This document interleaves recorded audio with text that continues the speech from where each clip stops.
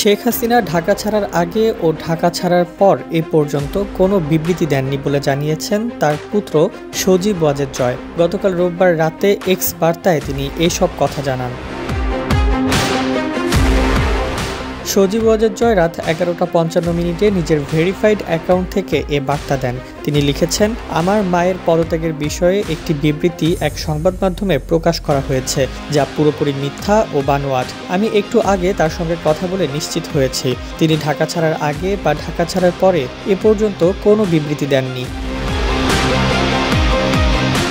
ছাত্র জনতার আন্দোলনে গত 5 আগস্ট শেখ হাসিনা সরকারের পতন ঘটে। তিনি দেশ ছেড়ে ভারতে আশ্রয় নেন। সেখানে অবস্থান করছেন শেখ হাসিনা। ইডেন বে কক্সবাজার সমুদ্র সৈকতের উপর নিজেদের একটি ঠিকানা।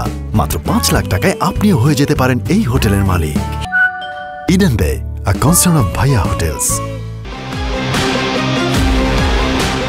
জানা যায়, দেশ ছাড়ার আগে তিনি একটি বার্তা রেকর্ড করে যেতে চেয়েছিলেন, কিন্তু তাকে সেই সুযোগটাও দেওয়া হয়নি। তাছাড়া ভারতে অবস্থানরত থাকাকালীন এখন পর্যন্ত তার কোনো ভিডিও বার্তাও পাওয়া যায়নি। তবে সোশ্যাল মিডিয়ায় একটি লিখিত বার্তা ব্যাপকভাবে ছড়িয়ে পড়েছে।